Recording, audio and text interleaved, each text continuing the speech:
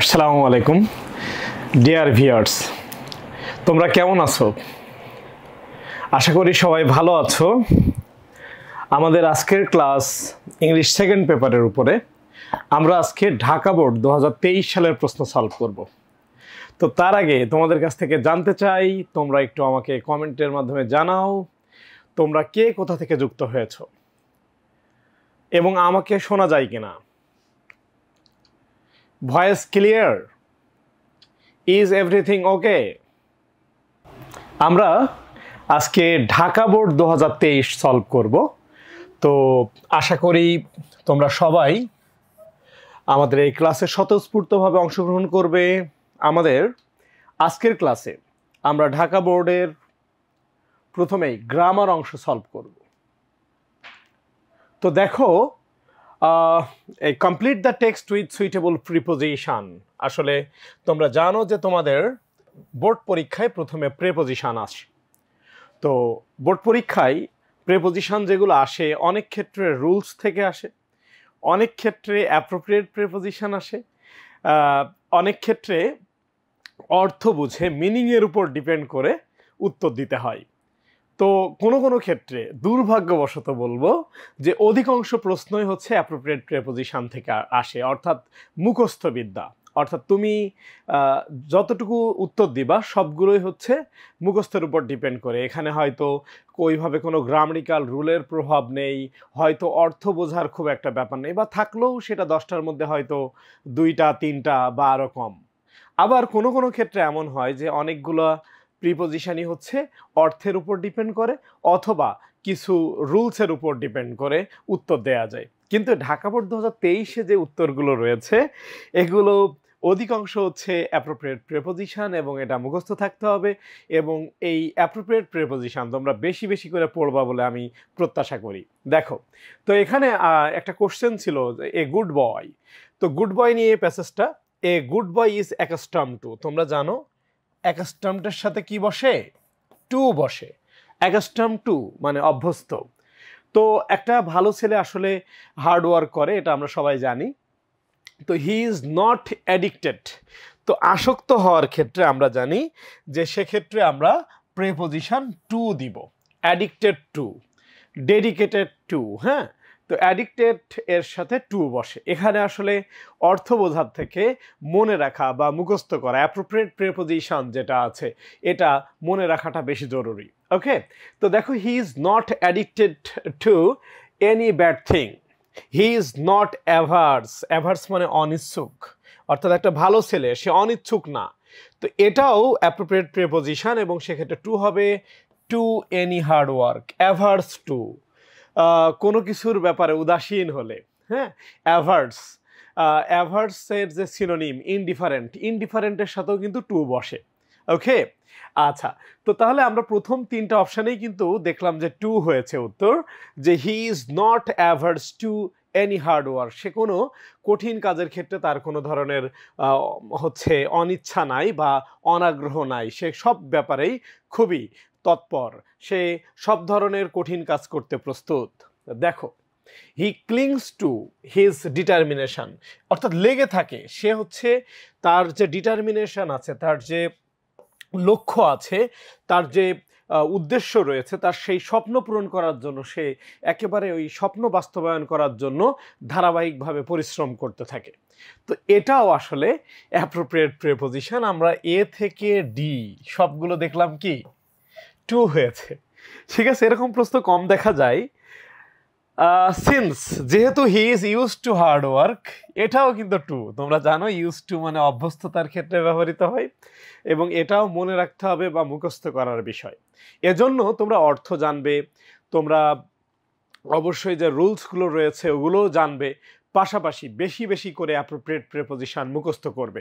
ঢাকা বোর্ডে 2023-এ যারা পরীক্ষা দিয়েছে তাদের কোনো শিক্ষার্থীর যদি আসলে অ্যাপ্রোপ্রিয়েট প্রেপোজিশন সম্পর্কে কম ধারণা থাকতো তাহলে এই কোশ্চেনে তার মার্ক পাওয়া খুবই কঠিন। আর তোমরা অনেক ক্ষেত্রে ভাবো যে পরপর একই প্রিপোজিশন হবে কিনা, বা এতগুলো প্রেপোজিশন সব টু হবে কিনা, প্রথম 5টাই হলো টু, এটা কি হতে পারে?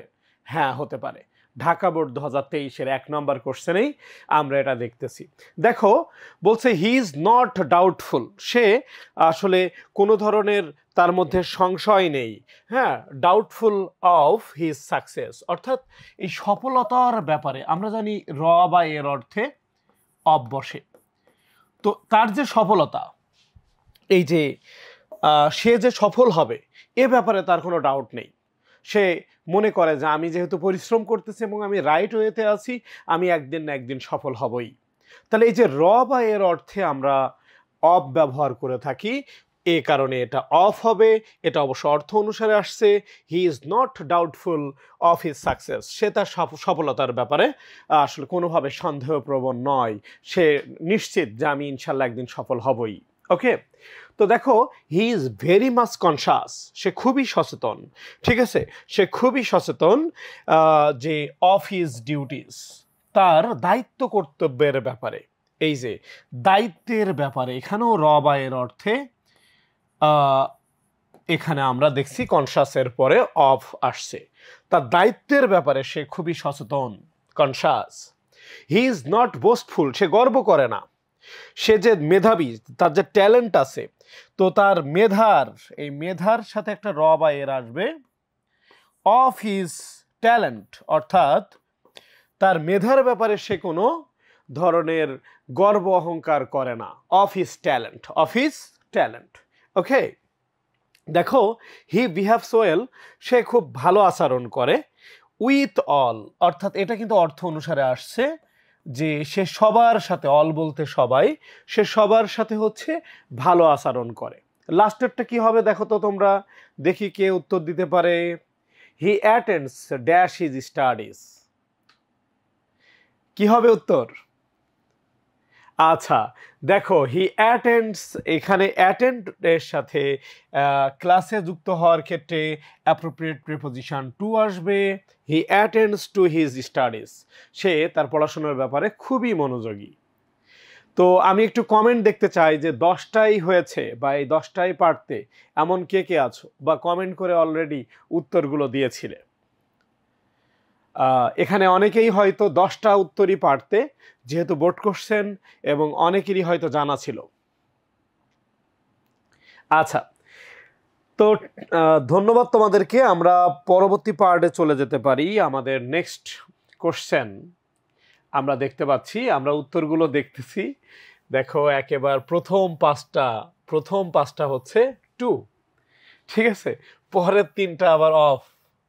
ওকে, সো একই প্রিপোজিশন পরপর হতে পারে, এটা ভাবার কোনো কারণ নেই যে এতগুলো টু পরপর কেন হবে, হয়তো হবে না, এরকম সংশয়ের কোনো কারণ নেই। হ্যাঁ, এটা হতেই পারে। ওকে, এখন দেখো এই সুইটেবল ওয়ার্ডস, এটা সবচেয়ে সহজ। তোমাদের গ্রামারে যা যা আছে এর মধ্যে সবচেয়ে সহজ হলো স্পেশাল ক্লু বা সুইটেবল ফ্রেজ। তো এখানে যেহেতু অপশানগুলো দেয়াই থাকে, তো আমরা তোমাদের এর আগে ক্লাসে বলেছিলাম যে আসলে এগুলো প্রত্যেকটার এক একটা টেকনিক আছে, বা এগুলো হচ্ছে সহজে করা যায়। তো দেখো এখানে আমরা জানি যে এখানে মডাল ভার্ব হলো হ্যাভ টু মডাল ভার্ব, আবার হ্যাড বেটারও মডাল ভার্ব। তো আমরা এটাও জানি যে উড রেদারও মডাল ভার্ব, তাহলে 3টা মডাল ভার্ব আছে। 3টা মডাল ভার্বের পরে ভার্বের বেস ফর্ম হবে, তাই না? আচ্ছা, তাইলে এখানে আমরা বেস ফর্ম পেয়েছি ইউটিলাইজ, এটা হলো এই 3টার একটা হতে পারে। আচ্ছা, এরপরে আমরা এখানে একটা বেস ফর্ম পেয়েছি। ওকে, তাহলে এই এ বিতে অবশ্যই মডাল ভার্ব হবে। এরপরে আচ্ছা আমি দেখি কে কে পারবে। আশা করি তোমরা অনেকেই উত্তর সঠিক দিবে, এবং তোমাদের উত্তর সঠিক হবে বলে আমি প্রত্যাশা করি। এটা খুবই সহজ। ওকে, তো যাই হোক আমরা দেখলাম যে বেস ফর্ম দিয়ে কয়টা আছে, 2টা আছে। কয়টা?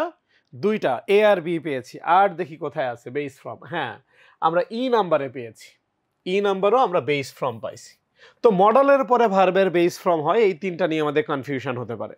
তো একটা সহজ ওয়ে আছে, সেটা হলো যে তোমরা কমেন্ট করো তো দেখি, এখানে দেন আছে, কি আছে? দেন থাকলে কোন মডাল ভার্বের ক্ষেত্রে হয়? হ্যাড বেটার, উড রেদার, না হ্যাভ টু? ইয়েস, এটা হচ্ছে উড রেদার হবে। কি হবে? উড রেদারের সাথে কি হবে? দেন হবে। তো সুতরাং উড রেদারের ক্ষেত্রে যেহেতু দেন হয় আমরা জানি, তো তাহলে এখানে হবে উড রেদার ডট ডট দেন। এটা একটা হয়ে গেল, তাহলে আমার একটা শেষ।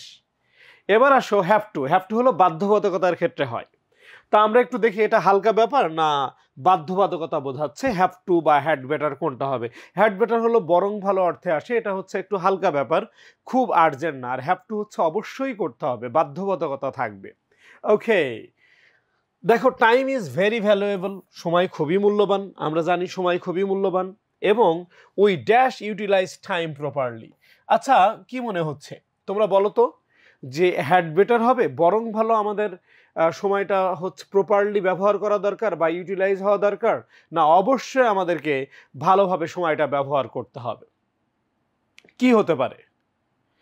এটা হবে ইউটিলাইজ, এর পূর্বে হবে আমরা অবশ্যই হবে বোঝাতে হ্যাভ টু দিব, we have to utilize time properly. Okay, তাহলে এখন ভার্বের বেস ফ্রম আর একটা থাকে, আমরা তো অলরেডি শিখছি যে আসলে মডেল ভার্বের পরে ভার্বের বেস ফ্রম। তো অলরেডি আমরা উড রেদার দিয়েছি দেন দেখে, অবশ্যই করতে হবে বাধ্যবাধকতা বোঝাচ্ছে। আমরা এখানে দেখেছি যে বাধ্যবাধকতা বোঝাচ্ছে, এজন্য সেক্ষেত্রে হ্যাভ টু হবে। ওকে ফাইন, তাহলে আসো আরেকটি রয়েছে, সেটা হচ্ছে এই যে অপশান। তাহলে এটা হয়তো হালকা ব্যাপার, বরং ভালো। ইট ইজ উইন্টার, এখন শীতকাল। We had better buy a coat, বরং ভালো তুমি একটা কোট কেনো। অর্থাৎ এটা হালকা ব্যাপার, মানে কোট বাদে অন্য পোশাক পরেও তো আমরা শীতকাল অতিবাহিত করতে পারি। তাহলে এটা বাধ্যবাধকতা না, কিন্তু সময়কে বেস্টভাবে ইউটিলাইজ করাটা কিন্তু বাধ্যবাধকতা। তাহলে উত্তর এখানে আমরা কি দিব? কি হবে উত্তর? ইয়েস, উত্তর হবে হ্যাড বেটার, বরং ভালো অর্থে এটা আসতে পারে। আশা করি বুঝতে পারছো। ওকে, এবার তাহলে একই রকম আছে, এরকম আমরা আরো একটু দেখি। এটা ডব্লিউএইচ ওয়ার্ড এরকম দুইটা আছে। তো এই যে ওয়ার্ড দিয়ে আছে, এই ওয়ার্ড দিয়ে থাকার কারণে অবশ্যই কিছু ওয়ার্ডের ক্ষেত্রে, কিছু সেন্টেন্সের ক্ষেত্রে আমরা শেষে জিজ্ঞাসা দেখতে পাবো। ডিতে আমরা জিজ্ঞাসা চিহ্ন দেখতে পাচ্ছি, কোনটাতে? ডি। আচ্ছা, তাহলে এইটা যেহেতু ডব্লিউএইচ ওয়ার্ড দিয়ে শুরু হলে ডি থাকে, সরি দেখো এখানে ডব্লিউএইচ ওয়ার্ড দিয়ে যদি বাক্য শুরু থাকে তাহলে সেটা প্রশ্নবোধক হয়। তো তাহলে এখানে যেহেতু প্রশ্নবোধক রয়েছে, তাহলে এটা হয়তো ডব্লিউএইচ ওয়ার্ড দিয়ে শুরু হতে পারে, অন্য ওয়ার্ডগুলো দিয়ে আসলে শুরু হলে জিজ্ঞাসা হওয়ার সুযোগ নেই। তাহলে ডি, এই দুটো অপশানের মধ্যে যে কোনো একটাতে ডি হতে পারে। এরপরে হচ্ছে আমরা আরো একটা দেখতেছি এফ। এই যে এফেও হলো জিজ্ঞাসা আছে। এখন আমরা যখন রেগুলার ক্লাস নিয়েছিলাম তখন তোমাদেরকে বলেছিলাম যে একটা টেকনিক আছে, সেটা হচ্ছে যদি আমরা দেখি যে গ্যাপের পরে ভার প্লাস আইএনজি এবং শেষে এই জিজ্ঞাসা চিহ্ন আছে, তাহলে সেক্ষেত্রে আমরা হোয়াটস ইট লাইক দিতে পারি। কি দিতে পারি? এই যে অপশানটা হোয়াটস ইট লাইক, মানে শর্টকাট টেকনিক। আর যদি আমরা দুইটা গ্যাপ দেখি, এই যে হোয়াট ডাজ লুক লাইক, দুইটা অপশান, কোনো কিছু দেখতে কেমন, হ্যাঁ ব্যালকনি দেখতে কেমন, পরি দেখতে কেমন, হচ্ছে ময়ূর দেখতে কেমন, পর্বত দেখতে কেমন, শাপলা ফুল দেখতে কেমন, বাঘ দেখতে কেমন, ঠিক আছে? তো এগুলো আমরা হচ্ছে যখন দেখব সেক্ষেত্রে আমরা হোয়াট ডাজ লুক লাইক দিতে পারি। হোয়াট ডাজ লুক লাইক, এটা খুব সহজ ছিল, ঠিক আছে? তোমরা বুঝছো তো? মানে আমরা তাহলে আর একটা বাদ আছে, হোয়াট ইফ যদি থাকে তখন আমরা মানে হোয়াট ইফটা কখন দিব, সেটা শর্টকাট টেকনিক কি শিখছিলাম, এটা অবশ্যই এই বোর্ডে নাই। সেটা হলো ড্যাশের পরে আমরা যদি একটু এভাবে চিন্তা করি যে ড্যাশের পরে যদি সাবজেক্ট ভার্ব, ধরো হি প্লেইড আস ডট ডট, অর্থাৎ গ্যাপের পরে যদি সাবজেক্ট ভার্ব থাকে তখন আমরা হোয়াট ইফ দিব। আর আমরা দেখলাম যে কোনো কিছু দেখতে কেমন বোঝাতে এরকম আসলে আমরা হোয়াট ডাজ লুক লাইক দিব, তাই না? What does look like.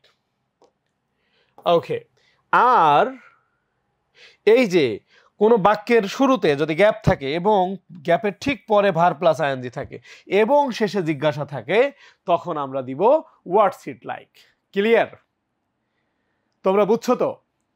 আচ্ছা, দেখো এখন আসো, এখানে আমরা দেখতে পাচ্ছি যে দেয়ার নামে একটা ওয়ার্ড আছে। তো দেয়ারের ব্যবহার আমরা কি শিখছিলাম? তোমরা এটা জানো অনেকেই। দেয়ার কখন হয়? দেয়ার যদি শুরুতে বসে এটাকে ইন্ট্রোডাক্টরি দেয়ার বলে। তো ইন্ট্রোডাক্টরি দেয়ার যদি আসে তাহলে এই দেয়ারের অর্থ যে সেখানে অর্থটা উজ্জ্ব থাকবে। আর দেয়ারের ক্ষেত্রে পরবর্তী সাবজেক্ট অনুসারে ভার বসে। যেমন there is a pond in my village, আমার গ্রামে একটা পুকুর আছে।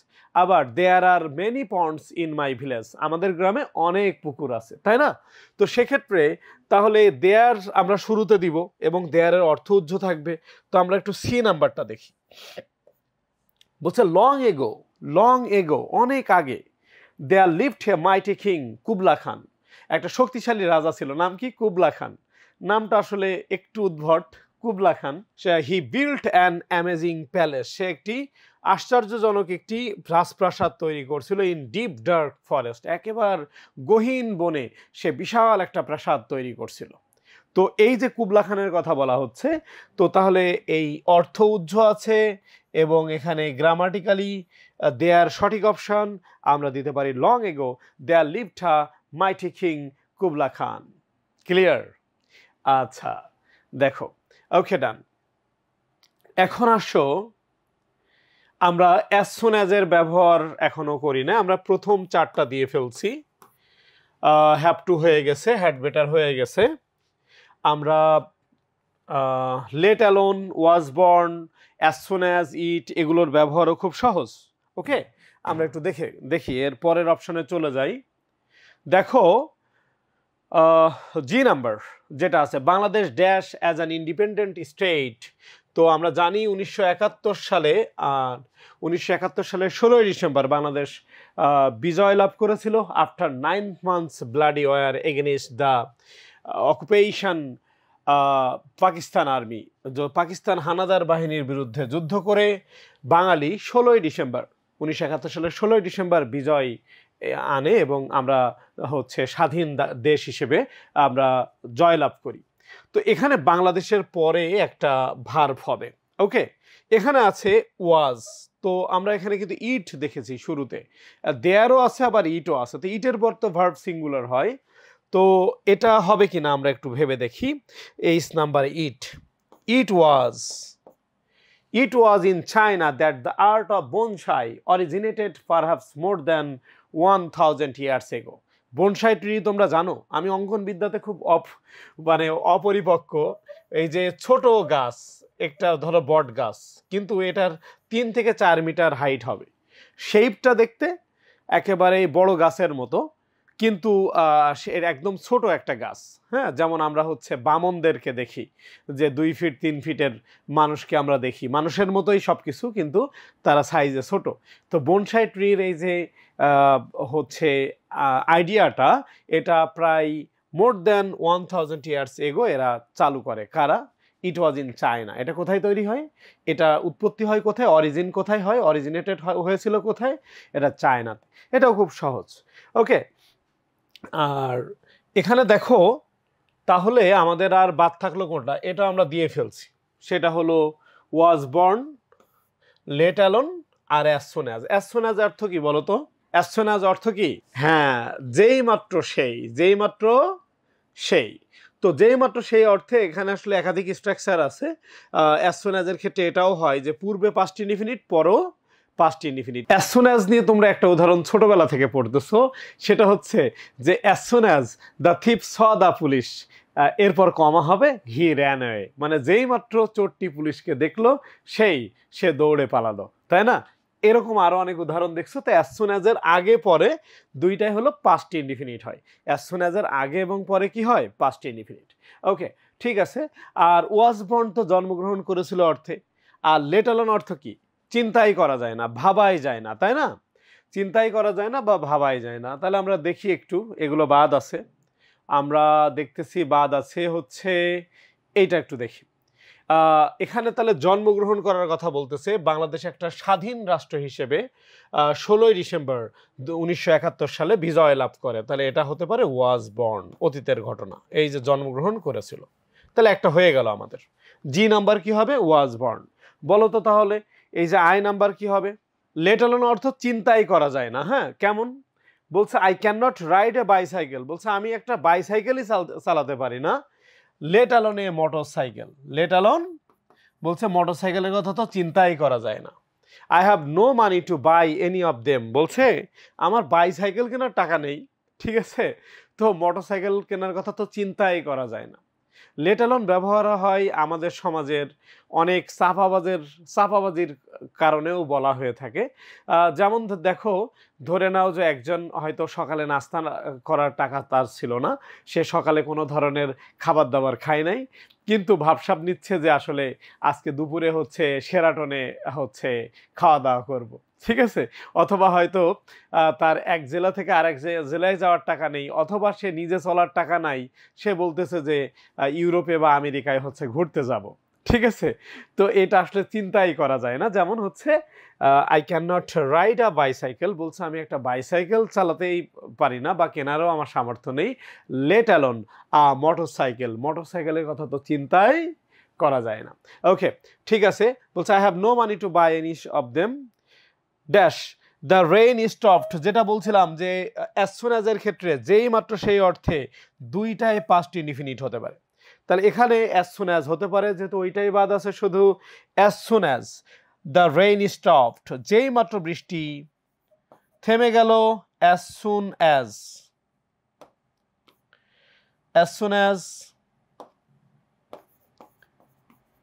The rain stopped I started for home, আমি বাসার উদ্দেশ্যে রওনা দিলাম।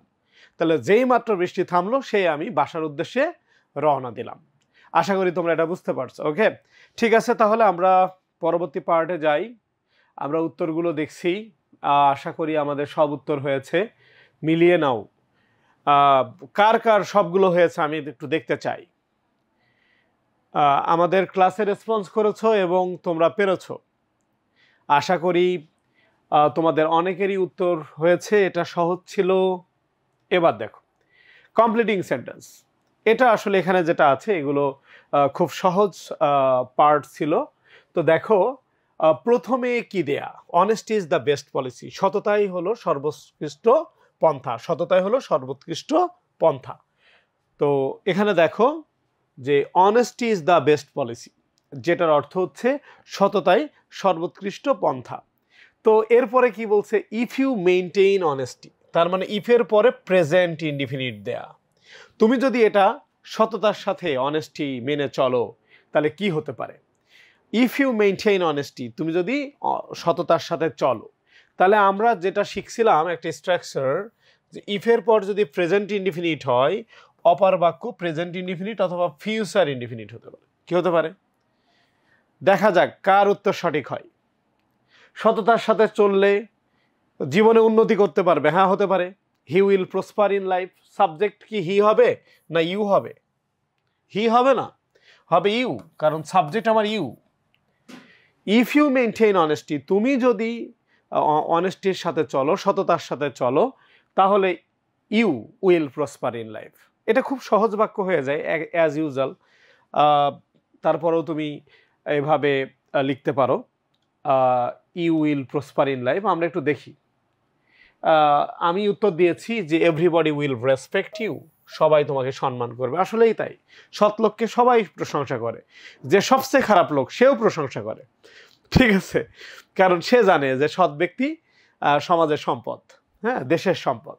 আচ্ছা, তো দেখো বি নাম্বার কি আছে, দেখি বি নাম্বার কে পারে। আই উইশ থাকলে কোন টেন্স হয় বলো তো তোমরা? আই উইশ থাকলে কোন টেন্স হবে?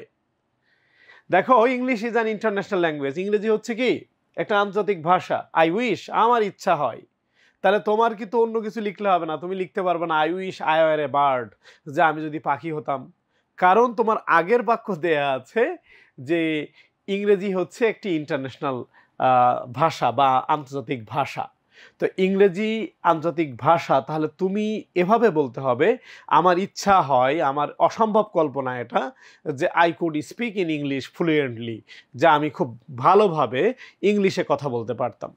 এটা হতে পারে, কিন্তু সেক্ষেত্রে তুমি যেন আবার অন্য কিছু বলবা না, যে I wish I are a bird, I wish I could fly in the sky, এগুলো কিন্তু দেয়া যাবে না, কারণ এটা ইংরেজি ভাষার কথা উল্লেখ রয়েছে। সো তুমি অন্য কিছু দিতে পারবা না। তো আমরা একটু দেখে আসি আমি উত্তর কি দিয়েছিলাম। তোমাদের কারো কারো উত্তর সঠিক হয়েছে। এই যে I wish I could speak English fluently, এই যে কথাটা আছে, এই ইংলিশ ভাষা নিয়ে যেহেতু কথা হয়েছে, তোমাকে আসলে ইংলিশের কথাই উল্লেখ করতে হবে। তুমি অন্য কোনো পার্টে যেতে পারবে না, কারণ এটা বলাই আছে এর আগের লাইনে যে ইংরেজি হচ্ছে আন্তর্জাতিক ভাষা। সুতরাং তোমাকে এটা নিয়েই লিখতে হবে। আর আই উইশ থাকলে পাস্ট ইনডিফিনিট হয়, উড কুড মাইট এরাও হচ্ছে অতীত রিলেটেড, এজন্য তুমি এটা বলতে পারো I could speak English fluently. Okay, সবাই বুঝছে কিনা? ওকে, দেখো তোমাদের চেষ্টা করবা যে যাতে কমপ্লিটিং সেন্টেন্সে অন্তত বোর্ড কোশ্চেনগুলো খুব ভালো করে সলভ করে যাওয়া যায়। আশা করা যায় বোর্ড কোশ্চেনগুলো সলভ করলে এখান থেকে তোমাদের বেশ কিছু মার্ক কমন থাকবে। ধরে নাও যদি 10টা থাকে, 6-7টা হয়তো প্রিভিয়াস ইয়ার থেকেই পাবে। হ্যাঁ, আর এমনিতেই যদি তুমি বোর্ড কোশ্চেনগুলো প্র্যাকটিস করো খুব ভালো হবে, তাহলে ন্যাচারালি হয়তো 10টা কোশ্চেনের অ্যান্সারই পেয়ে যাবা। অধিকাংশ কোশ্চেন এই ধরনেরই কোশ্চেন থাকে, হয়তো কোনোটা একটু চেঞ্জ করে দিবে। হ্যাঁ, ওকে, দেখো তো এইটার উত্তর পারো কিনা দেখো তো। তোমাদের মনে আছে যে সিন্সের পূর্বে প্রেজেন্ট ইনডিফিনিট থাকলে এপাশে কোন টেন্স হয়? সিন্সের পূর্বে প্রেজেন্ট ইনডিফিনিট অথবা প্রেজেন্ট পারফেক্ট থাকলে পরে কোন টেন্স হয়? উত্তর কি হবে এখানে? হ্যাঁ, এটা খুব common, I met you. Meet এর পাস্ট কি? মেট। তো এটা it is a long time, অনেক সময় হয়েছে যখন আই মেট ইউ, আমি তোমার সাথে সাক্ষাৎ করেছিলাম। অর্থাৎ এই বাক্যটা হলো পাস্ট ইনডিফিনিট হবে। এই বাক্যটা কি হবে? পাস্ট ইনডিফিনিট, তাই তো? আচ্ছা আচ্ছা, তাহলে আমরা পরের কোশ্চেনে যাই। এটার উত্তর বলো তো দেখি, কে পারো? সবার আগে উত্তর কে দেয় দেখি? ডি নাম্বার, ডি নাম্বারটা আমরা দেখি।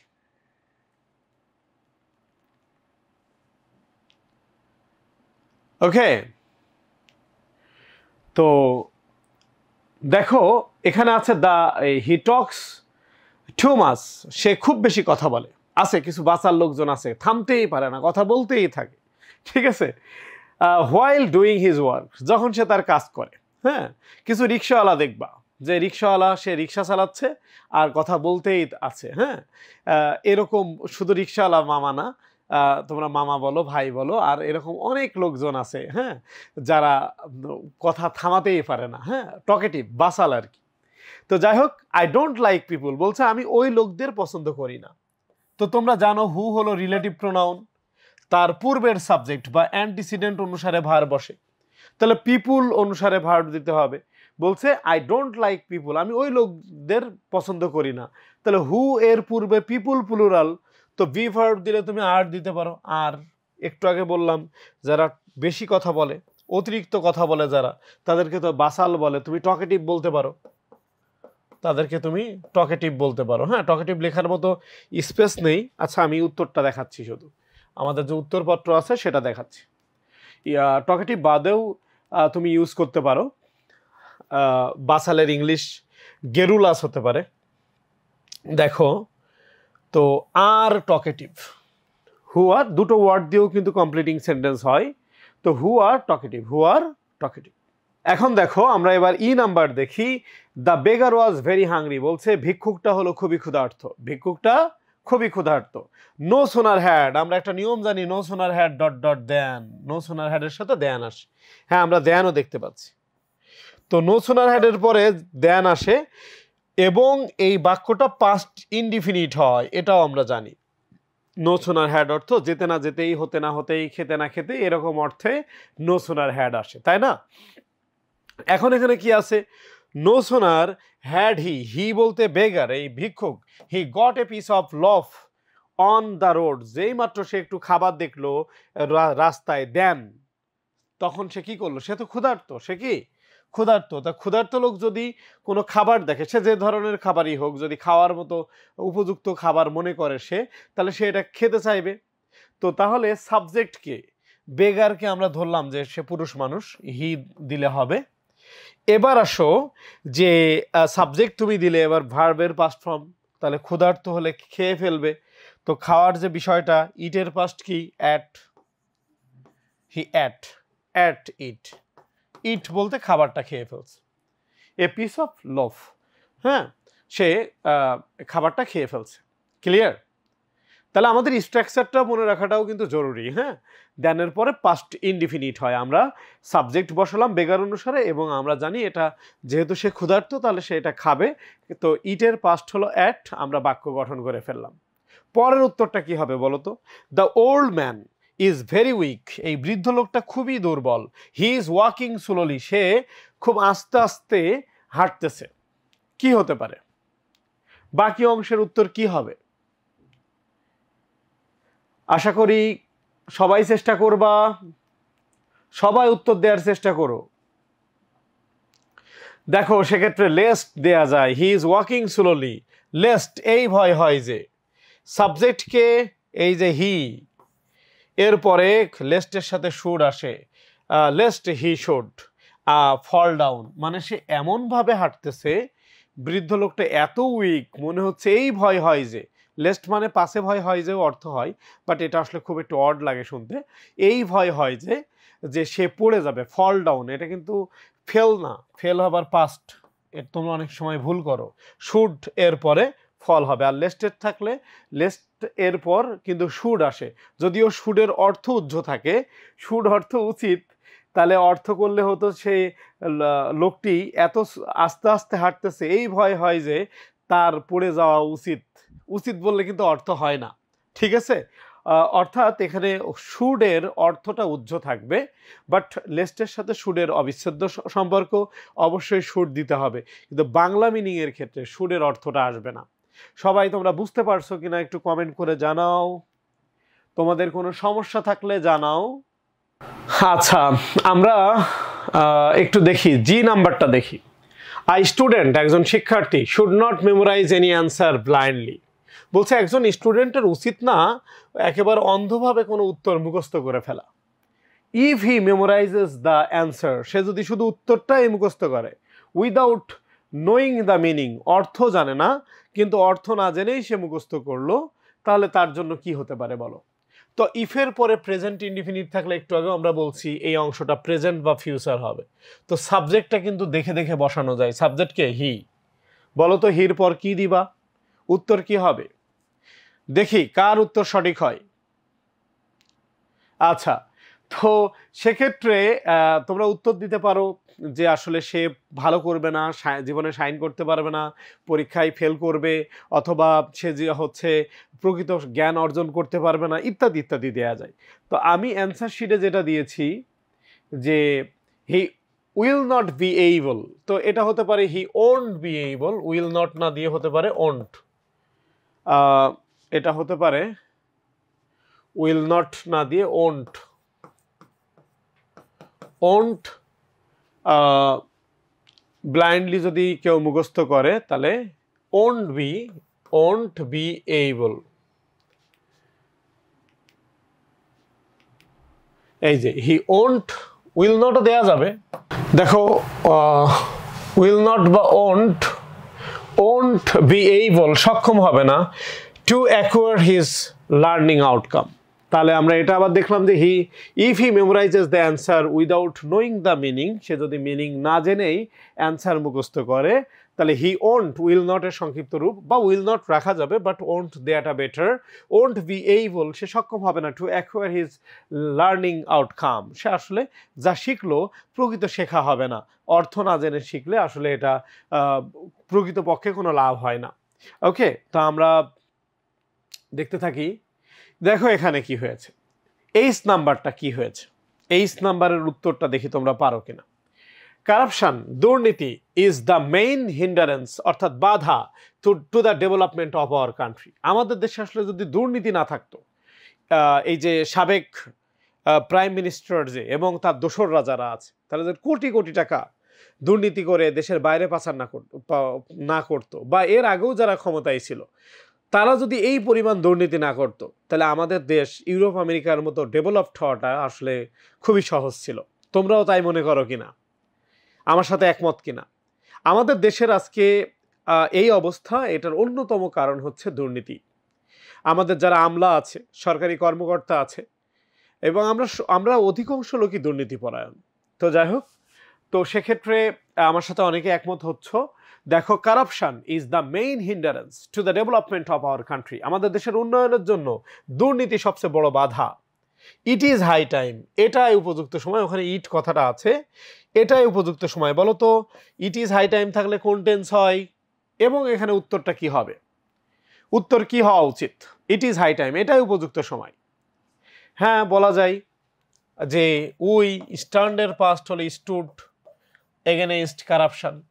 তুমি অন্য কিছু বলতে পারবা না কিন্তু, হ্যাঁ, যেহেতু এখানে কারাপশনের কথা বলেছে, এই যে কারাপশনের কথা বলেছে, সুতরাং তোমাকে এখানে কারাপশন নিয়ে লিখতে হবে যে আমাদের এটাই উপযুক্ত সময়। একটু ইট ইজ হাই টাইম মানে একটু জোর দিয়ে বলে এটাই উপযুক্ত সময় যে আমরা দুর্নীতির বিরুদ্ধে দাঁড়াবো।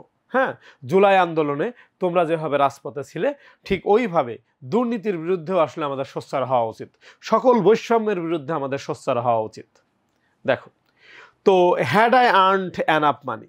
এখন তোমরা এটা জানো যে শুরুতে যদি হ্যাড থাকে, এরপরে একটা সাবজেক্ট থাকে এবং পরে ভার্বের পাস্ট পার্টিসিপল থাকে, তাহলে এটাকে পাস্ট পারফেক্ট কন্ডিশনাল বলে। কি বলে? Past perfect conditional. তো পাস্ট পারফেক্ট কন্ডিশনালে দেখো, had I earned enough money, আমার যদি অনেক টাকা থাকতো, তাহলে আমাদের অনেকেই মনে করি সাবজেক্ট তো আই, দেখে দেখে বসানো যাবে। I would have. বলো, কে কি করতে চাও? বলো, অনেক টাকা থাকলে কি কি করতে দেখি? I would have. আচ্ছা, বট এ কার, এটা কমন, আরো অনেক কিছু করা যায়। গতদিন ক্লাসে এক শিক্ষার্থী লিখছিল যে I would have married a beautiful girl, মানে আমি একটা সুন্দরী মেয়েকে বিয়ে করতাম। তাহলে বোঝা যাচ্ছে সে ছেলে নিশ্চয়ই। তো অনেক ছেলের স্বপ্ন আছে যে টাকা পয়সা যদি অনেক থাকতো, হয়তো সে এখন স্টুডেন্ট কিন্তু সে বিবাহিত জীবনে চলে আসতো। হ্যাঁ, তো যাই হোক, এটা ইতিবাচক, বিবাহিত জীবনে আসার স্বপ্ন। আমি প্রাপ্তবয়স্ক হলে বিয়ের পক্ষে। যাই হোক, তো টাকা পয়সা আসলে অনেক উপার্জন করতে পারলে বা থাকলে গাড়ি বাড়ি কেনা যাবে, আবার বিবাহিত জীবনেও আসা যাবে, সমস্যা নেই। আচ্ছা দেখো, যে নাম্বার লাস্ট অপশন, দেখি এটা তোমরা কেউ পারো কিনা। যে my brother will come to Rajshahi from Dhaka, আমার বড় ভাই বা আমার ভাই সে ঢাকা থেকে রাজশাহী আসবে। তো এখানে so I have to go to station, আমাকে স্টেশনে যেতে হবে উইথ আ ভিউ টু। তো ভাই যেহেতু কি হবে, come to Rajshahi from Dhaka, Dhaka থেকে রাজশাহী আসতেছে, তাহলে রাজশাহী স্টেশনে সে যাবে। উইথ আ ভিউ টুর পরে ভার্ব প্লাস কি হয়? আইএনজি না মেইন ভার্ব? কোনটা কি হবে? উত্তরটা দেখো তো পারো কিনা। এই যে নাম্বারের উত্তর কি হতে পারে? যে এর উত্তর কি হবে?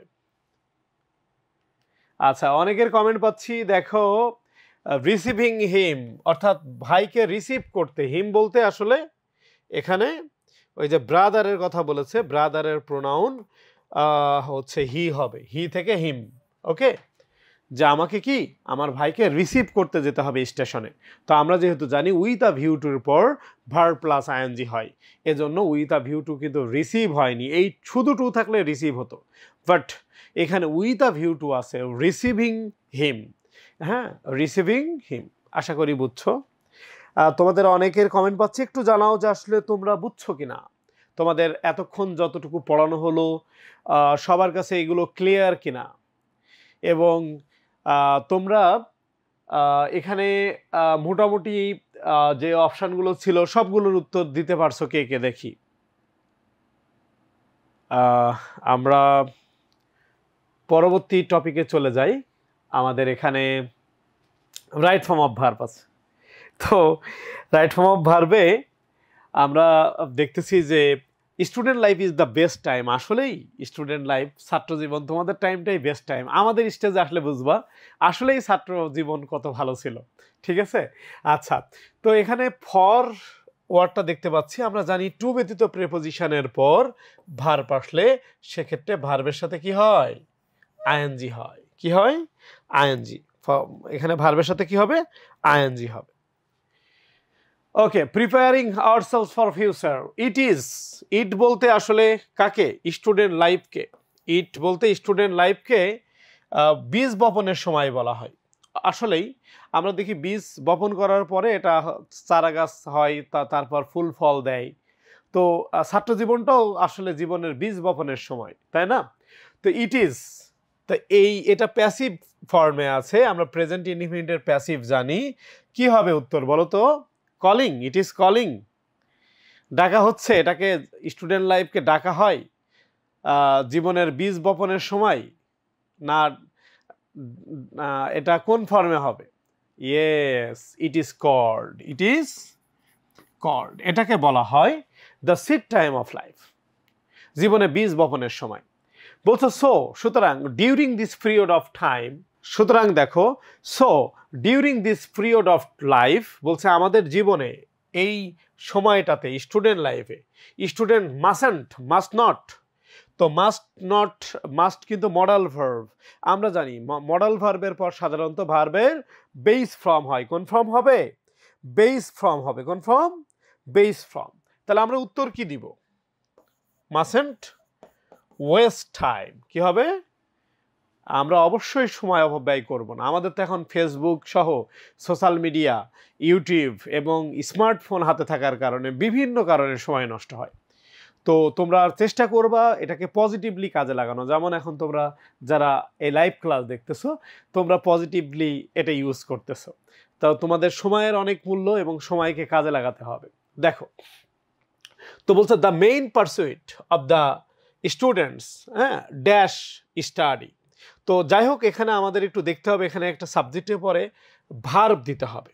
এখন কথা হচ্ছে স্টুডেন্টস অনুসারে আমি ভার্ব দিব কিনা, অথবা বাক্যের প্রথম প্রিপোজিশন অফ। বাক্যের প্রথম প্রিপোজিশন কি? অফ। এই অফ এর পূর্বে যে মেইন পারসুইট আছে এটা অনুসারে ভার্ব হবে কিনা। ভার্বটা কি হওয়া উচিত বলো তো? স্টুডেন্টস মানে ছাত্রছাত্রীদের। এখানে হেডওয়ার্ড কি? একটা নিয়ম আমরা তোমাদেরকে শেখাইছিলাম যে বাক্যের প্রথম প্রিপোজিশনের আগের ওয়ার্ড অনুসারে ভার্ব হয়। বাক্যের প্রথম প্রিপোজিশন এর আগের ওয়ার্ড অনুসারে ভার্ব হয়। সেক্ষেত্রে অপের পূর্বে পারসুইট ওয়ার্ডটা রয়েছে, তাহলে কি হবে? আর না is? Is study. The main pursuit of the students is study. কেন হয়েছে?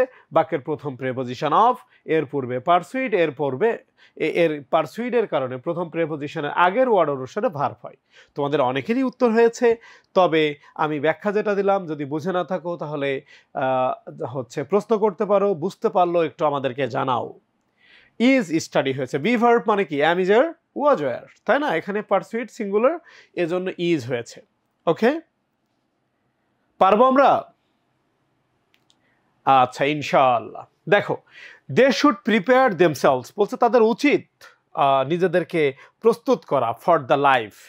হ্যাঁ, জীবনকে এগিয়ে নিয়ে যাওয়ার জন্য তাদেরকে সময়ের সর্বোচ্চ ব্যবহার বা সদ্ব্যবহার বা বেস্ট ইউটিলাইজেশনটা করতে হবে। তাহলে ই নাম্বারের উত্তর কি হবে তোমরা বলো? হ্যাঁ, আমরা জানি যে আসলে একটা মেইন ভার্ব যদি থাকে, অপার একটি ভার্ব সাধারণত ভার্ব প্লাস আইএনজি হয়। এখন লায়ের সাথে যদি আইএনজি দাও তখন কিন্তু, আমি আবার বলি, লায়ের সাথে আইএনজি দিলে সেক্ষেত্রে কিন্তু এই লাই বানানটা এভাবে দিতে হবে, লাইং এহেড। ওকে, এগিয়ে যেতে হবে সামনের দিকে। They should also dash. এখন দেখো, শুড কিন্তু মডাল ভার্ব। আমরা জানি মডাল ভার্বের পর সাধারণত ভার্বের বেস ফর্ম হয়। তাহলে এটা তাদের উচিত হলো কো কারিকুলার অ্যাক্টিভিটিসগুলোতে পার্টিসিপেট বা অংশগ্রহণ করা। বলো তো উত্তর তাহলে কি হবে? এখানে উত্তর কি হবে? ইয়েস, যা আছে তাই। শুডের পরে ভার্বের base form. Should participate in co curricular activities. Co curricular activities তো তোমরা জানো।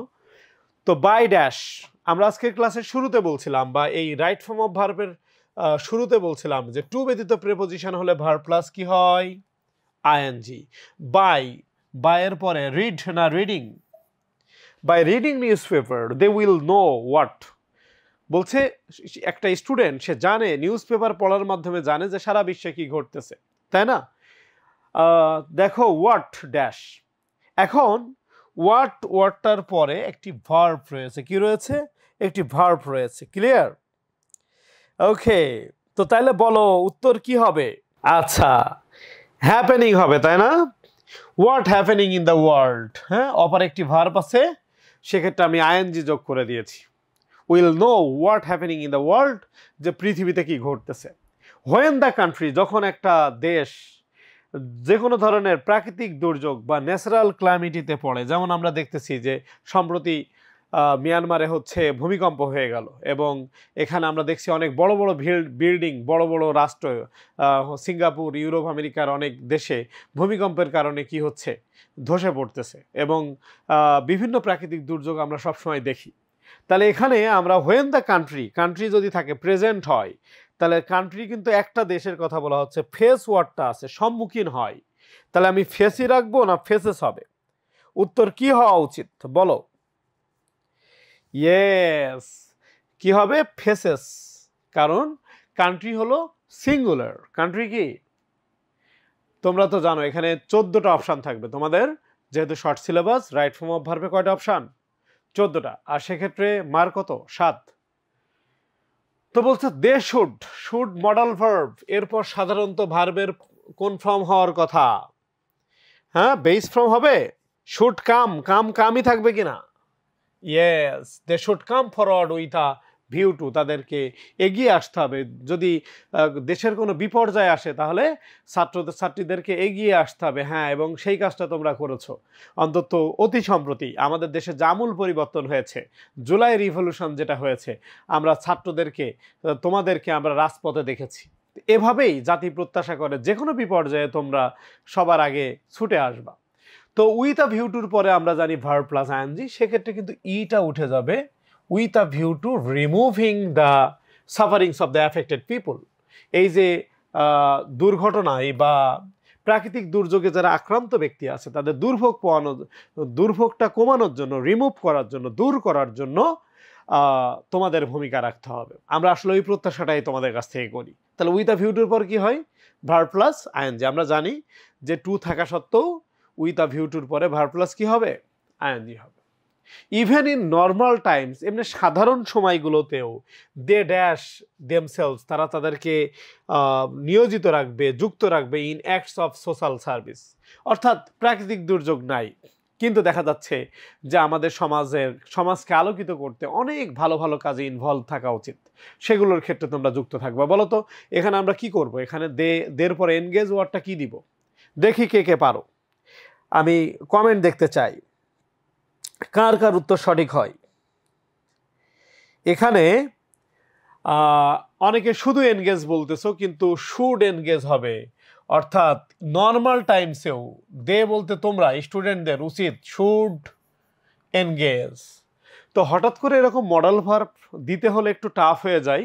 চেষ্টা করবা যে বাংলা অর্থ কি আসতেছে, অর্থ অনুসারে তোমাকে দিতে হবে।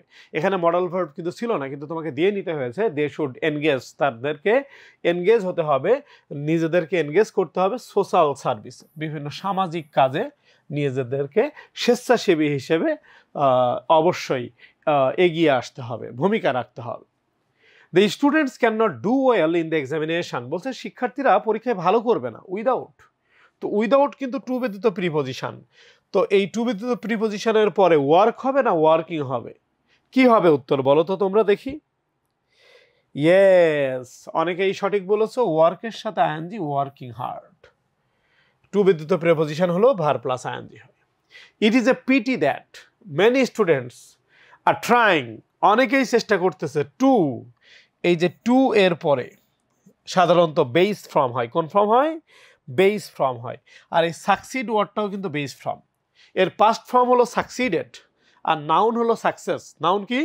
সাকসেস। ওকে, তো টুর পরে সাধারণত ভার্বের বেস ফর্ম হয়, এবং এটা সাকসিড, তো সাকসিডই হবে। ঠিক আছে, আমরা সবাই বুঝছি, সব কিছু ক্লিয়ার? ওকে, আমরা পরবর্তী পার্টে চলে যাই। উত্তরগুলো দেয়া আছে, আশা করি তোমরা বুঝতে পারছো।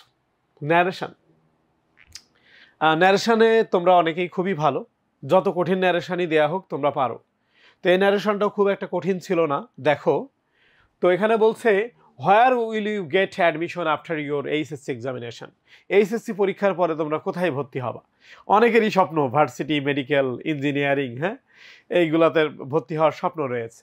তো এই স্বপ্ন বাস্তবায়ন করতে গেলে এইচএসসির রেজাল্ট কিন্তু ভালো করতে হবে। পড়াশুনো ভালো করে করো, এইচএসসি পরীক্ষা ভালো দাও এবং বিশ্ববিদ্যালয়ে ভর্তি প্রস্তুতির জন্য সর্বোচ্চ চেষ্টা করো। এবং তোমরা ফোকাসের পাশেও থাকতে পারো, কারণ ফোকাস সবসময় সেরা সার্ভিস দেয়। তো দেখো, তোমরা ভর্তি প্রস্তুতির জন্য ফোকাসের সহযোগিতা নিতে পারো। তো বলছে do you have any choice, বলছে তোমার কি কোনো চয়েস আছে যে তুমি কোথায় ভর্তি হতে চাও? Said the teacher to Sushmita, Sushmita নামে একটা মেয়েকে টিচার বলেছে। তখন সে বলেছে I am not yet sure, বলছে স্যার আমি এখনো নিশ্চিত না। What I have to do, আমার কি করা উচিত? Because everything depends on my result, সব কিছু আমার রেজাল্টের উপর নির্ভর করতেছে। এখন তুমি স্বপ্ন দেখলে ডাক্তার হবে, তুমি স্বপ্ন দেখলে আইনজীবী হবে, বা তুমি ঢাকা ইউনিভার্সিটিতে খুব ভালো সাবজেক্টে পড়তে চাও, এখন তোমার এইচএসসি রেজাল্ট খারাপ হয়ে গেল। সুতরাং তুমি আগে রেজাল্টটা ভালো করতে হবে, এজন্য তোমরা এখন পড়াশুনো বেশি করে করো। You should have a choice, বলছে তারপরেও তোমার একটা চয়েস থাকা উচিত, যে আশা করি তোমাদেরও স্বপ্ন আছে যে তোমরা এইচএসসির রেজাল্টও ভালো করতে চাও এবং বিশ্ববিদ্যালয়ে ভর্তি পরীক্ষায়ও ভালো করতে চাও। এবং সেক্ষেত্রে তো আমি একটু আগেও বললাম যে তোমরা ফোকাস পরিবারের পাশে থাকতে পারো বা ফোকাস পরিবারের সহায়তা নিতে পারো, আমরা বিশ্ববিদ্যালয়ে ভর্তি পরীক্ষার ক্ষেত্রে তোমাদেরকে গড়ে নিব। বলছে বি পজিটিভ অ্যান্ড অপটিমিস্টিক, বলছে তুমি ইতিবাচক হও, অপটিমিস্টিক মানে আশাবাদী হও, অ্যান্ড হচ্ছে পজিটিভ, ইতিবাচক হও। তো বি পজিটিভ এটা তুমি হও, তুমি ইতিবাচক এবং আশাবাদী হও, এটা কিন্তু আদেশ সূচক বাক্য। আমরা জানি আদেশ সূচক বাক্যের ক্ষেত্রে কি হয়, জাস্ট অ্যাডভাইসড হয়, আর ওই যে ভার্বের পূর্বে একটা টু আসে, তাই না? আচ্ছা ঠিক আছে, ওকে। তো তাহলে দেখো এখানে আসলে কিভাবে ছিল। আমরা কি করতে পারি, আসলে এই প্রশ্নটা কে করেছে? টিচার প্রশ্ন করেছে কাকে? আস্ট করেছে কাকে? সুস্মিতা নামে একটা মেয়েকে। তো ওকে টিচার আস্ট সুস্মিতা, এরপর কি হতে পারে? বলেছে যে হয়ার, হয়ার তো হয়ার থাকলে হয়ারই হবে, আমরা জানি তো ডব্লিউএইচ ওয়ার্ড থাকলে ডব্লিউএইচ ওয়ার্ডই হয়, তাই না? আচ্ছা, এরপরে কি হয়েছে? ইউ বলতে কে? সুস্মিতা, তো সুস্মিতার প্রোনাউন কি? শি হবে। তো উইল গেট দিব না আমরা উড গেট দিব? উইল থাকলে কি হয়? উড হয়, would get admission. After your হবে না? মেয়ের ক্ষেত্রে আমরা জানি অবজেক্ট থাকলে সেকেন্ড পার্সন থাকলে অবজেক্ট অনুসারে হয়, সেক্ষেত্রে সুস্মিতা একটা মেয়ে, হার এইচএসসি এক্সামিনেশন, তাই না? আবারও প্রশ্ন করেছে do you have any choice, আবারও কোশ্চেন করছে। তো সেক্ষেত্রে সে উত্তর দিবে। তো এখানে আমরা দেখতে পাচ্ছি যে এখানে উড গেট অ্যাডমিশনের পরে বলছে অ্যান্ড ইফ, কারণ কি? আবারও কোশ্চেন করছে বলে আমরা একটা অ্যান্ড যোগ করে দিয়েছি। ইফ কেন দিলাম? আমরা জানি অক্সিলারি ভার্ব দিয়ে প্রশ্ন করলে, এই যে do you have any choice, do হলো অক্সিলারি ভার্ব, সেক্ষেত্রে আমরা কি দিই? ইফ দিলাম আমরা, ইফ। এরপরে ইউ বলতে আসলে কে ছিল? শি। এবার হ্যাভ বলতে, হ্যাভ থাকলে প্রেজেন্ট ইনডিফিনিট হলে হ্যাভ থেকে প্রেজেন্ট থাকলে যেহেতু পাস্ট হয়, হ্যাড এনি চয়েস, ঠিক আছে?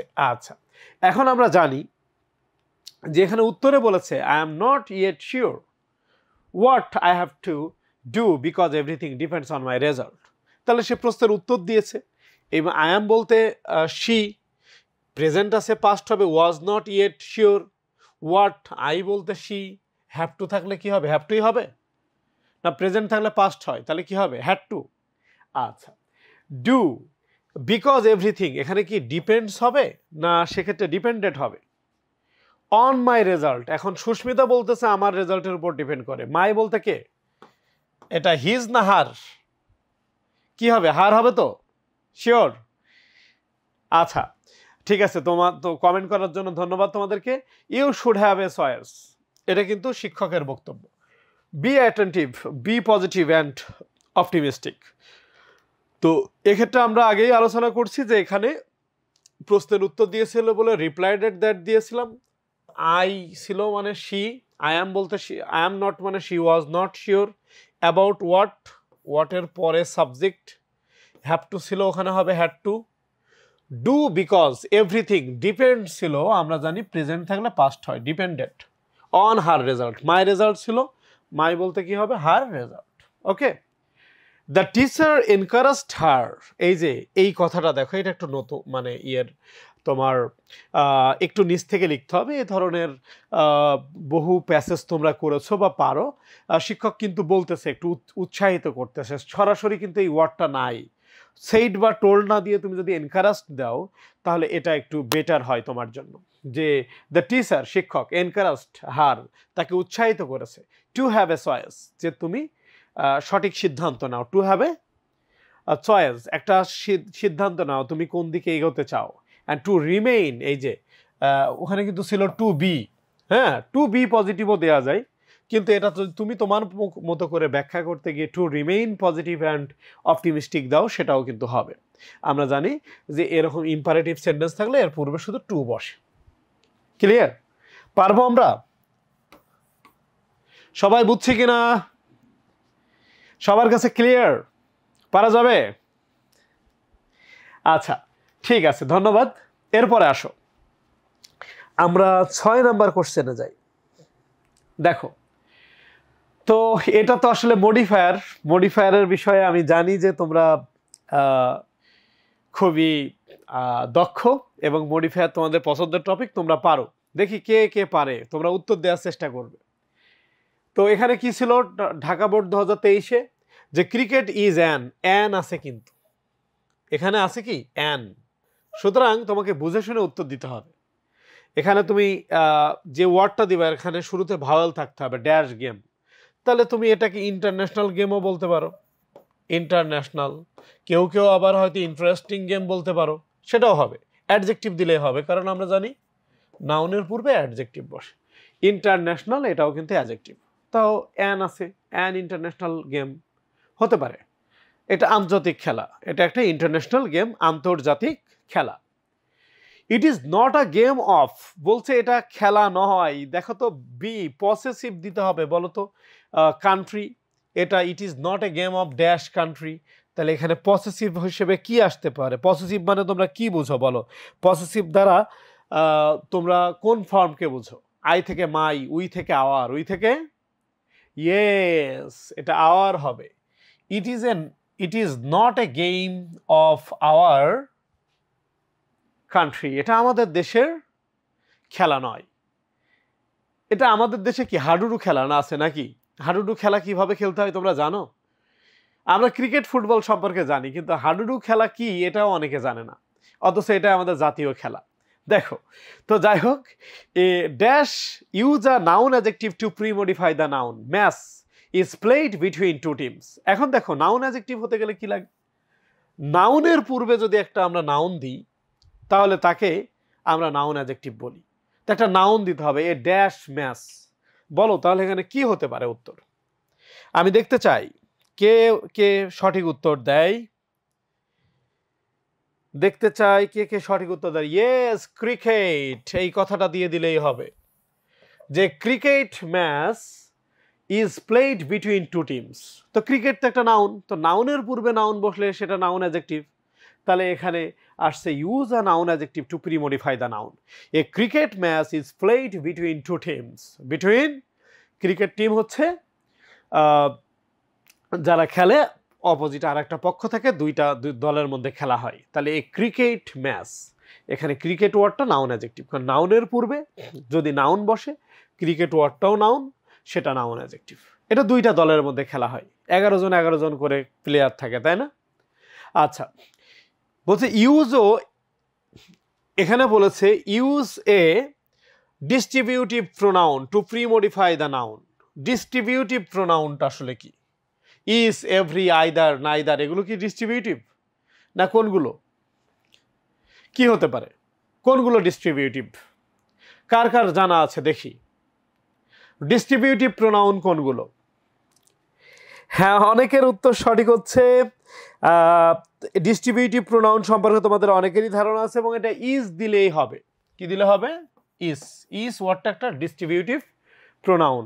যেমন আমরা বলি যে এখানে প্রত্যেকে উপস্থিত আছে, এভরি স্টুডেন্ট ইজ প্রেজেন্ট। আমি কিন্তু প্রত্যেককে আলাদা আলাদা বললাম, কিন্তু এই এভরি ওয়ার্ডটা কিন্তু ডিস্ট্রিবিউটিভ প্রোনাউন। ওকে, সবাইকে আলাদা আলাদা করে বলতেছি, হ্যাঁ, বাট এটাকে আমরা ডিস্ট্রিবিউটিভ প্রোনাউন বলি, ঠিক আছে? ওকে, তো ইজ হচ্ছে টিম কনসিস্ট অফ 11 প্লেয়ার্স, প্রত্যেকটা দলেই 11 জন প্লেয়ার থাকে। ক্রিকেট ফিল্ড, একটা ক্রিকেটের মাঠ মাস্ট বি, অবশ্যই কি হবে, একটা ক্রিকেটের মাঠ কি হবে, মাস্ট বি ড্যাশ। তো পোস্ট মডিফাই দ্য নাউন কি হতে পারে? উত্তর কি হবে?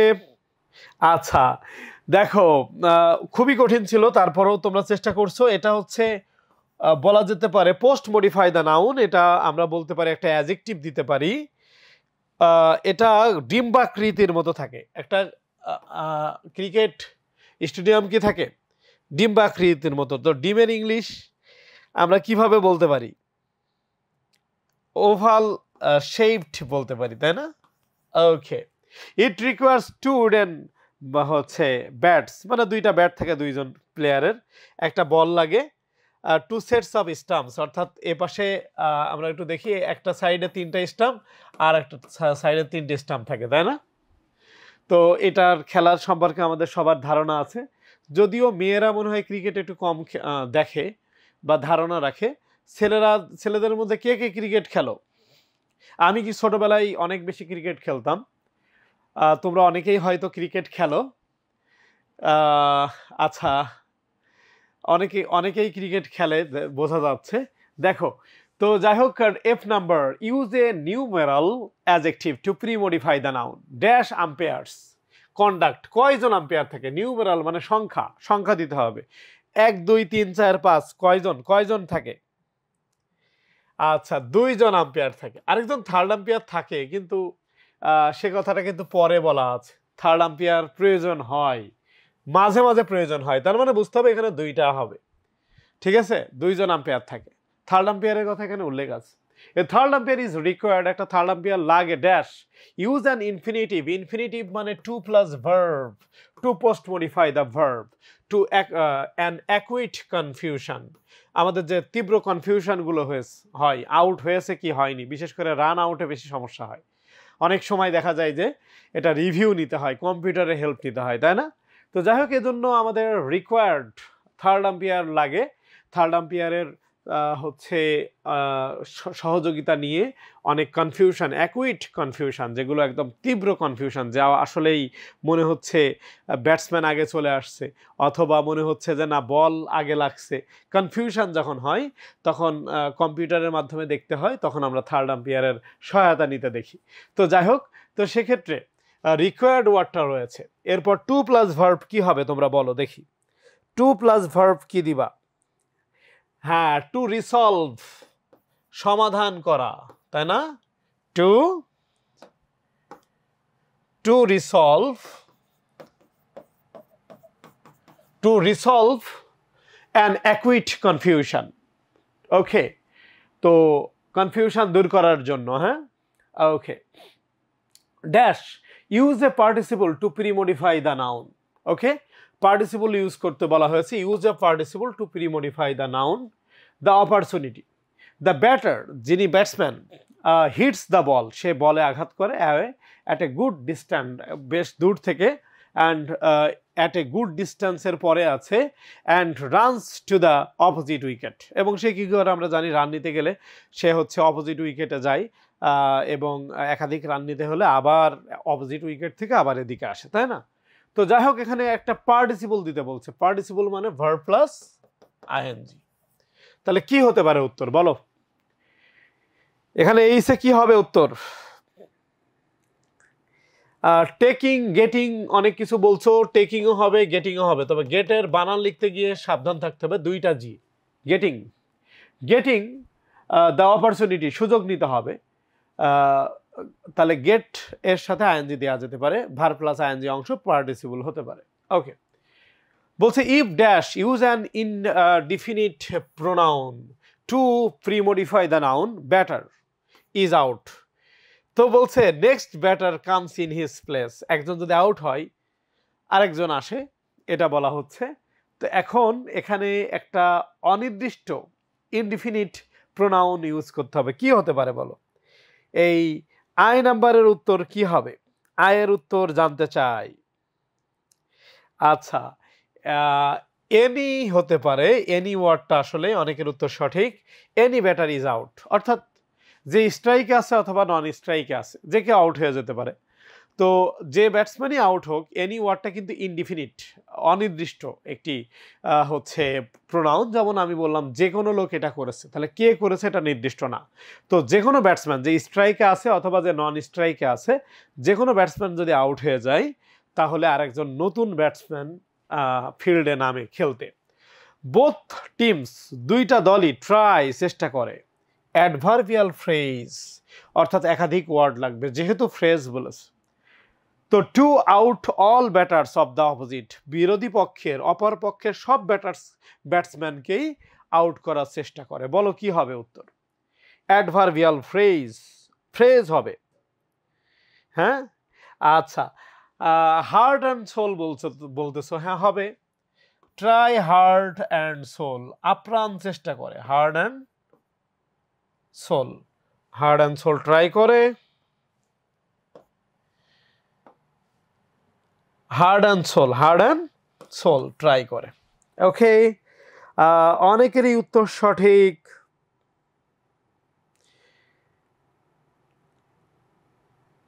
আচ্ছা, ওকে, এখানে হার্ট অ্যান্ড সোল যদি তোমরা দাও, তোমাদের কারো কারো উত্তর সঠিক হয়েছে। হার্ট,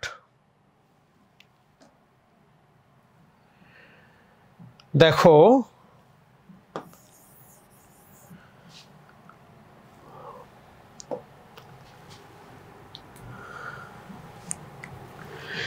এই জায়গায় দেখো বোথ টিমস ট্রাই, প্রত্যেকটা এখানে বলছে বোথ টিমস ট্রাই, দুইটা দলই ট্রাই করে। Heart and soul, heart and soul, heart and soul try করে। ওকে, তাহলে এটা ফ্রেজ হয়ে গেছে, হার্ট অ্যান্ড সোল। ওকে, ঠিক আছে, এই যে heart and soul. Okay,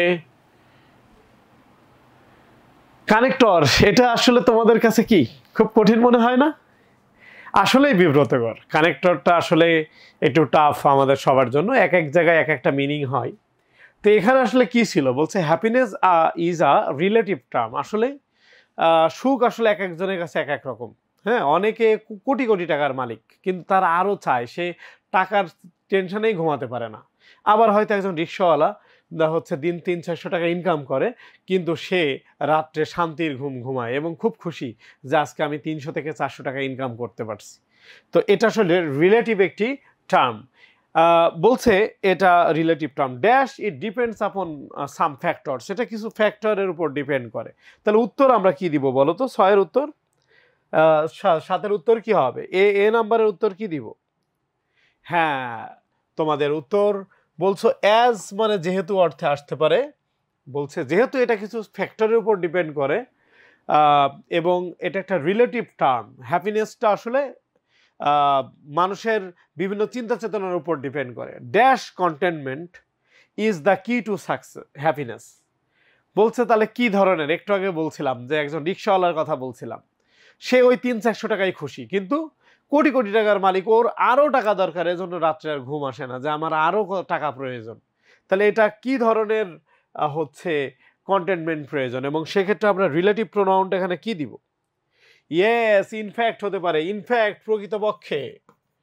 in fact ওয়ার্ডটা বিভিন্ন জায়গায় দেয়া যায়। আমি বলেছিলাম যে প্রকৃতপক্ষে অর্থে আমরা যখন রিলেটিভ যদি তুমি এক্স্যাক্ট কোনো কিছুই খুঁজে না পাও এবং প্রকৃতপক্ষে অর্থটা আসে, সেক্ষেত্রে তুমি ইনফ্যাক্ট ওয়ার্ডটা ইউজ করতে পারো। ইনফ্যাক্ট প্রকৃতপক্ষে কন্টেনমেন্ট ইজ দ্য কি টু হ্যাপিনেস, এই যে আমাদের সন্তুষ্টিটাই হচ্ছে হ্যাপিনেসের অন্যতম ব্যাপার। একজন অনেক প্রভাবশালী কিন্তু তার আরও ক্ষমতা দরকার, তাহলে সে কিন্তু সুখী না। কিন্তু একজন দেখা যাচ্ছে খুব অল্প হচ্ছে অর্থ নিয়ে জীবন চলতেছে, কিন্তু সে সুখী। তো তাহলে প্রকৃতপক্ষে ইনফ্যাক্ট এটা আমাদের কন্টেনমেন্টের উপর ডিপেন্ড করে। Dash containment varies from person to person. হ্যাঁ, একজন এই সন্তুষ্টিটা একজন থেকে আরেকজন আলাদা হয়। তোমাদের কেউ কেউ দেখা যাচ্ছে এসএসসিতে A+ পেয়েছো কিন্তু সন্তুষ্ট না, গোল্ডেন থাকলে তোমার ভালো হতো। কেউ কেউ গোল্ডেন পেয়েছে কিন্তু বোর্ডে টপার হতে পারেনি, এজন্য সে অসন্তুষ্ট। তো এটা আসলে ডিপেন্ড করে, varies from person to person, একজন থেকে আরেকজন আলাদা। তাহলে সির উত্তর কি হবে বলো? আমি দেখতে চাই সির উত্তর কি হবে, কে কে পারবা? হাউএভার বলতেছো, ইয়েস হাউএভার হতে পারে। হাউএভার, যাই হোক, containment varies from person to person. এই যে সন্তুষ্টিটা, এটা একটা পার্সন থেকে আরেকটা পার্সন ভ্যারি করে। Dash a বেগার may be contented, বলছে একজন ভিক্ষুক সে হয়তো আত্মতুষ্টিতে ভুগতে পারে উইথ অনলি 10 টাকা। এই 10 টাকা দিলেই সে খুশি, ওরে আল্লাহ আমার 10 টাকা দিয়েছে, আলহামদুলিল্লাহ আমি 10 টাকা পাইছি, সে খুশি হতে পারে। কিন্তু অনেকে আছে কোটি কোটি টাকা পেয়েও সে খুশি না, তারা আরো চায়, এরকম আর কি। তাহলে এখানে কি হতে পারে? ডি নাম্বারে। অর্থ তো আমরা জানলাম, ডির উত্তর আমরা কি দিব? ইয়েস হতে পারে। ফর এক্সাম্পল, উদাহরণস্বরূপ, আমরা একটু আগে আমি যেগুলো বলছিলাম, রিক্সাওয়ালার উদাহরণ দিচ্ছিলাম, ভিখারির উদাহরণ, এগুলো একটা উদাহরণস্বরূপ বলা যেতে পারে। ফর এক্সাম্পল, ফর এক্সাম্পল উদাহরণস্বরূপ বলা যেতে পারে যে একজন ভিক্ষুক সে সন্তুষ্ট হতে পারে 10 টাকা নিয়ে, ঠিক আছে? তাহলে আবার একজন ওয়েলদি পারসন, সম্পদশালী লোক, সে অসন্তুষ্ট হতে পারে ইভেন আফটার গেটিং 1 মিলিয়ন টাকা। শুধু 1 মিলিয়ন না, 1 বিলিয়ন টাকা পেয়েও কি করতে পারে একজন অসন্তুষ্ট হতে পারে, তার হয়তো আরও টাকা প্রয়োজন। তো সেক্ষেত্রে আসলে এটা যেহেতু সন্তুষ্টের কথা আসতেছে আর এটা হলো অসন্তুষ্টির কথা আসতেছে, দুইটা বিপরীত সম্পর্ক থাকলে আমরা অন দ্য কন্ট্রারি দিতে পারি। কি দিতে পারি? অনেকেরই উত্তর সঠিক দেখতেছি। অন দ্য কন্ট্রারি অর্থ হলো, বানানটা দেখে নাও, এই যে অন দ্য কন্ট্রারি অর্থাৎ অপর পক্ষে, অন দ্য আদার হ্যান্ডও দেওয়া যায়, অথবা অন দ্য কন্ট্রারি অপর পক্ষে, ঠিক আছে? ওকে, দেখো তো কথা হচ্ছে যে সে অসন্তুষ্ট থাকতে পারে, বলছে dash it is said that, এজন্য সুতরাং এটা আমরা বলতে পারি, সো আমরা এটা বলা যায় যে সন্তুষ্টি, কন্টেনমেন্ট ব্রিংস হ্যাপিনেস, বলছে এটা আমাদের কি নিয়ে আসে? সন্তুষ্টি হলো হ্যাপিনেস নিয়ে আসে। যে যা পায় তাতেই যদি সন্তুষ্ট থাকতো তাহলে তার কারো হচ্ছে অসন্তুষ্টি থাকতো না, অর্থাৎ অল্পতেই যে তুষ্ট সেই আসলে সন্তুষ্ট। G number, dash must learn to be contented with what we have, অনেকেই আছে, এজন্য আমাদের উচিত, উই মাস্ট লার্ন, আমাদের শিখতে হবে, টু বি কন্টেন্টেড, সন্তুষ্ট থাকতে হবে, উইথ হোয়াট উই হ্যাভ, আমাদের যা আছে সেটা নিয়ে। আমরা অনেকেই ভাবি যে বাংলাদেশে জন্মগ্রহণ না করে যদি আমার ইউরোপ আমেরিকায় জন্মগ্রহণ হতো, আমি যদি ইউরোপ আমেরিকায় জন্মগ্রহণ করতাম তাহলে কি আমি আরও অনেক লাক্সারিয়াস লাইফ লিড করতে পারতাম। আবার অনেকেই বাঙালি হয়ে খুশি। আমি সত্য মানে কথা অনেককে বলতে শুনেছি যে তারা আসলেই অনেক হাই প্রোফাইল মানুষ, কিন্তু তারা কি, তারা এই দেশের জন্মগ্রহণ করে এই দেশেই তারা বাঙালি হিসেবে থাকতে চায় এবং তারা গর্ববোধ করে, তাই না? তো এরকম অনেক লোক আছে। তাহলে জি নাম্বারের উত্তর কি হবে বলো? আমরা জির উত্তর দেখার চেষ্টা করব। অনেকে বলছো সো হতে পারে যে সো সুতরাং we must learn to be contented with what we have, আমাদের যা আছে তাই নিয়ে সন্তুষ্ট হতে হবে। এইস this learning is the simplest way, বলছে এই শিক্ষাটাই হলো একদম শর্টকাট, সহজ পথ টু রিমেইন হ্যাপি, যা আছে তাই নিয়ে সন্তুষ্ট, ঠিক আছে? ওকে, তাহলে এক্ষেত্রে আমরা বলো, আমরা এখানে এইসের উত্তরটা কি দিতে পারি? আমরা এইসের উত্তরটা কি দিব বলো? হ্যাঁ অবশ্যই অ্যাকচুয়ালি হতে পারে। কি হতে পারে? অ্যাকচুয়ালি, বা ইনফ্যাক্ট, প্রকৃতপক্ষে, যে এটাই হচ্ছে আমাদের প্রকৃত সুখ বয়ে আনতে পারে, আমাদের যা আছে তাই নিয়ে সন্তুষ্ট থাকতে হবে। Dash we must remember that, আমাদের মনে রাখতে হবে লাইফ ইজ শর্ট, জীবনটা আসলেই সংক্ষিপ্ত, খুবই কম সময়ের জন্য আমরা পৃথিবীতে আসি। তাহলে আয়ের উত্তর কি হবে বলো? আয়ের সঠিক উত্তর পাচ্ছি, উত্তর দেওয়ার চেষ্টা করো। ওকে, আই নাম্বার, আচ্ছা দেখো ইফ হতে পারে,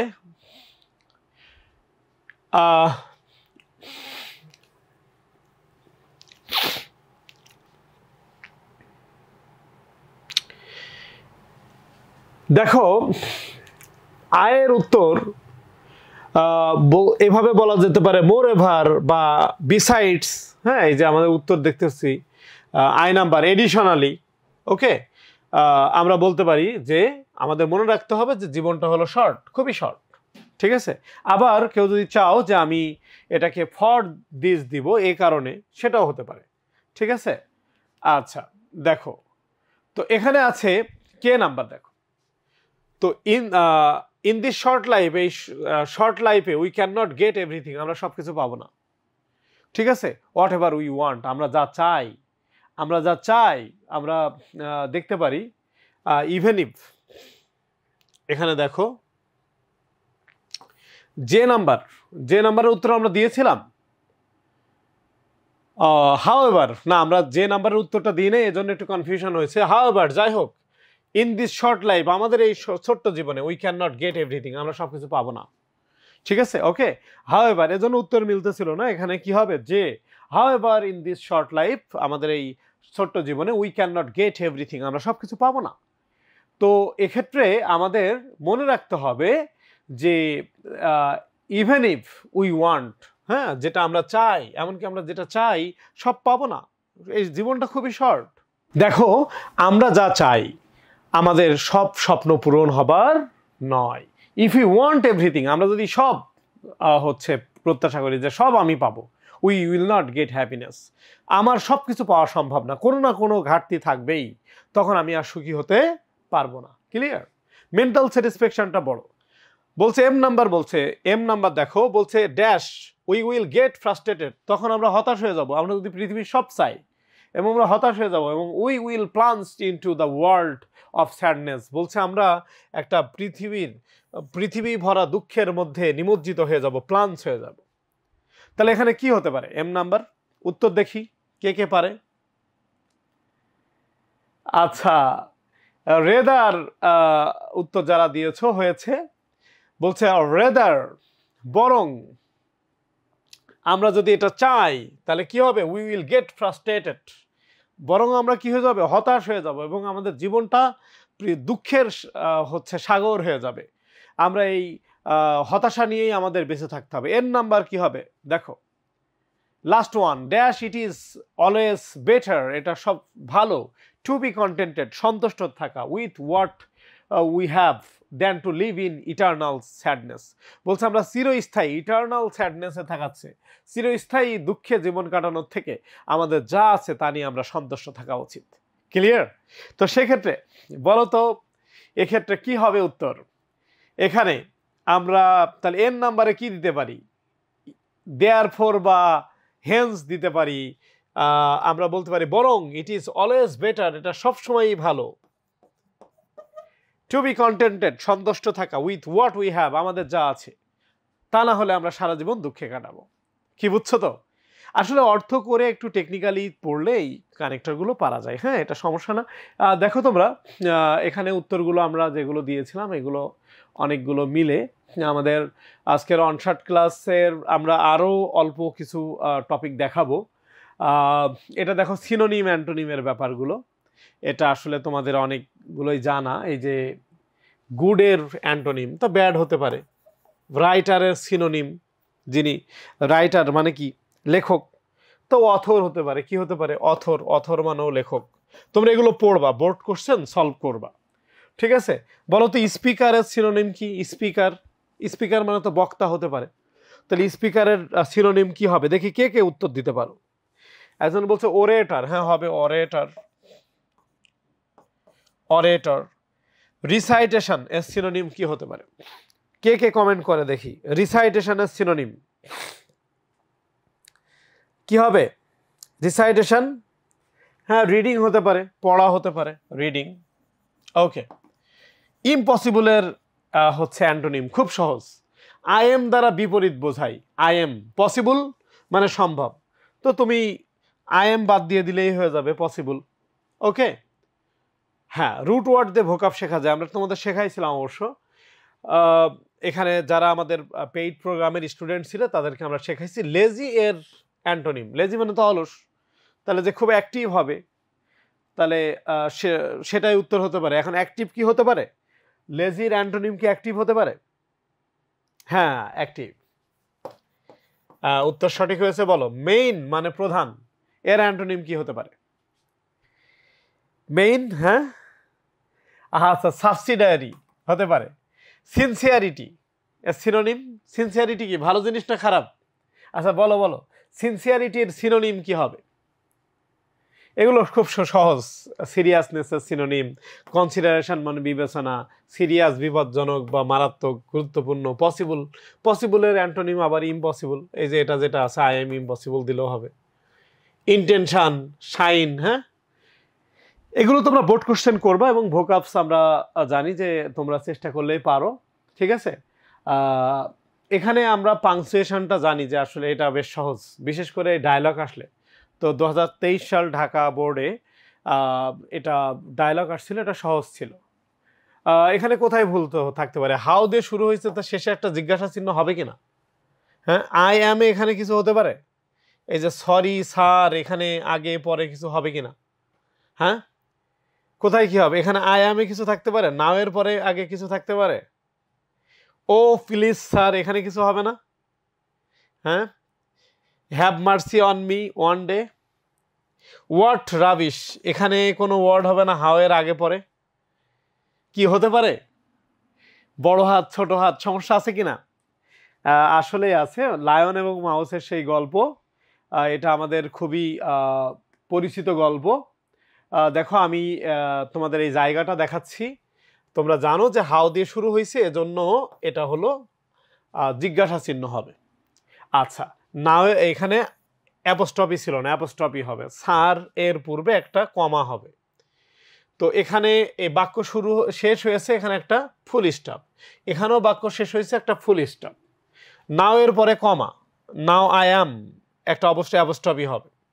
ওহ এর পরে কমা, প্লিজের পরেও কমা, স্যারের হচ্ছে স্যারের আগে কমা হবে আর কি, ঠিক আছে।